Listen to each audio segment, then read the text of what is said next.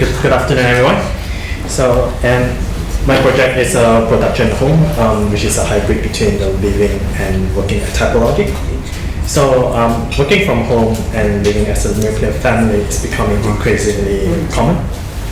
People working at home are more inclined to being isolated, and also they tend to work at an inappropriate environment, such as kitchen, living hall, bedroom, etc. While nuclear family residing in the suburbs are relatively detached from city resources, they also have more limited people to interact with. So these are some statistics showing that the rise in people working from home and the number of nuclear families. Some studies about urban neighborhood shows its advantage towards people of all stages in life.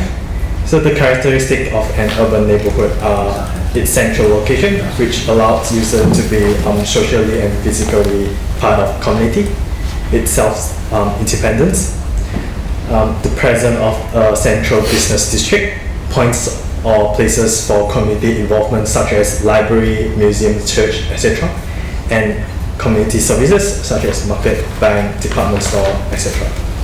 Therefore, the site that I choose, I propose is at the center of Newcastle City. It is between Hunter Street and King Street.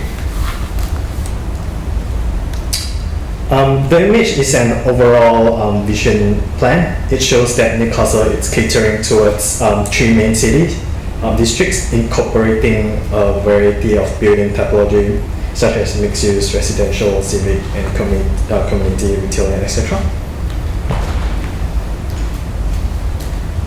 The next diagram shows the walkability within the city of Newcastle. So basically, Newcastle is you're able to walk actually to anywhere. The minimum slope of the site and a good pedestrian connectivity supports the intention of creating a production home that accommodates users of every age. The orientation of the site ensures a maximum amount of sunlight is received throughout the day. So this project explored the possibility of a living, working environment that contains better life cycle, so kids, adolescents, adults, and the elderly are able to live amongst people in various stages in life. So these are some precedents showing that how public spaces and private spaces work in a community living and multi-generation living facilities. So as over here, as you can see, it's a long house. Over here you can see this is a diagram that shows that these are the rooms and the kitchens. So they are private spaces. And over here there's like a long corridor, which is a semi-public private shared corridor. And this is like a public veranda. So it's kind of like a transitional space, transition from private to public.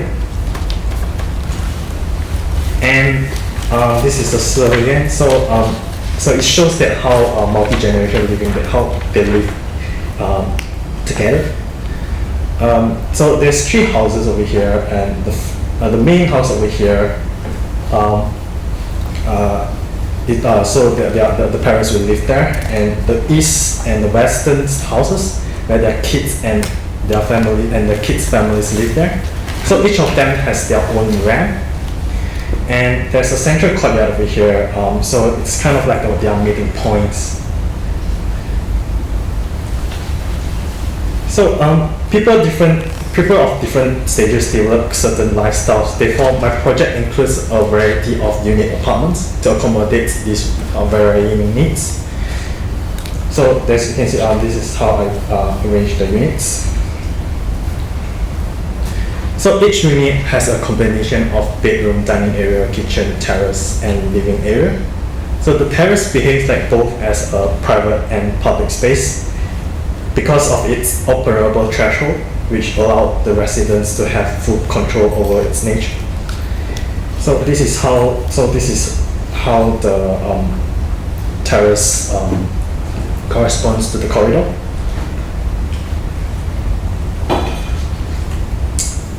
This is each unit's living threshold. So it's like a transition from private to public. So each unit has a parents. So each unit has a parents realm, children realm, and a family realm. So the design somewhat reflects the characteristic of the longhouse and Shiheyuan. So these are some of the unit layouts. So this is studio apartment, one bed apartment, and two bed apartment, and three bed apartment. So the unit apartment has like shallow depth of 6.7 meters. So it has full potential of having sunlight in both ways. So over here you can see there's a manipulated scheme. So it gives full control for the user. So the user is able to control how public and how private they want it to be. So and you can see the seats at the corridors over here. So give the potential that the residents is able to interact with the neighbors. So this is how the manipulated scheme works. So this is fully open. It gives the sense that the residents want to interact with people. This is like a semi-open and closed. And it's like a less physical contact, but it still maintain a visual connection to the corridor. Is this outside or inside? Like where the photo is taken, this is outside. And this is like fully closed, and it gives full privacy.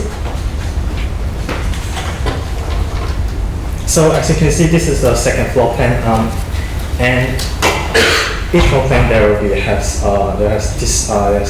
three working hub, so people get to work with other residents. So and they will have 4 vertical circulation core as well, so to enhance the circulation and also increase the movement and chances of interaction within the corridor.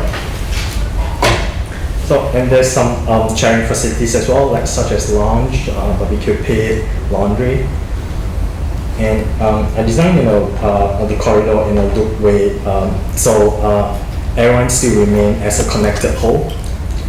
And it's, as you can see over here, there's like a cluster of 9 residents. So it's to avoid overcrowding issues.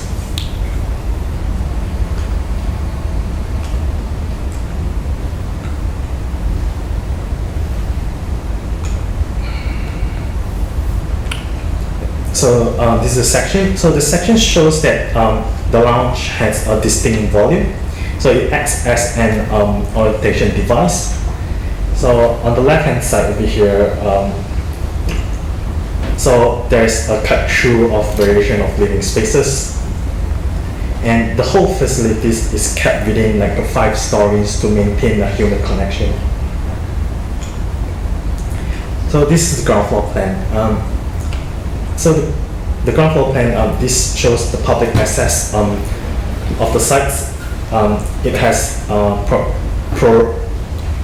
porous nature and has a direct connection between King Street and Hunter Street. So it is also a socially mixed environment. It has variety of public and private program. So this is how the private and public program relate to the central courtyard. As you can see, the public buildings over here are the lighter purple. So they have soft edges, so it's much easier to interact with the people at the central courtyard. And then the private building, such as the childcare, is like it slowly transitioned to the public, so it has the transitional space. And the seats is placed along the circulation path and act as a media to allow the correspondence to the central courtyard as well as the perimeter program. So this is some renderings that shows how the unit apartments correspond to the corridor, and if you want to have a more clear to have a look, you can look at the model.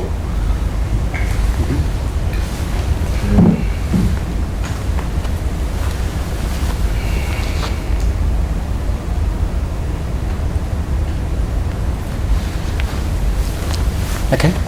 So this is my production home. Great. Thank you, Jiak.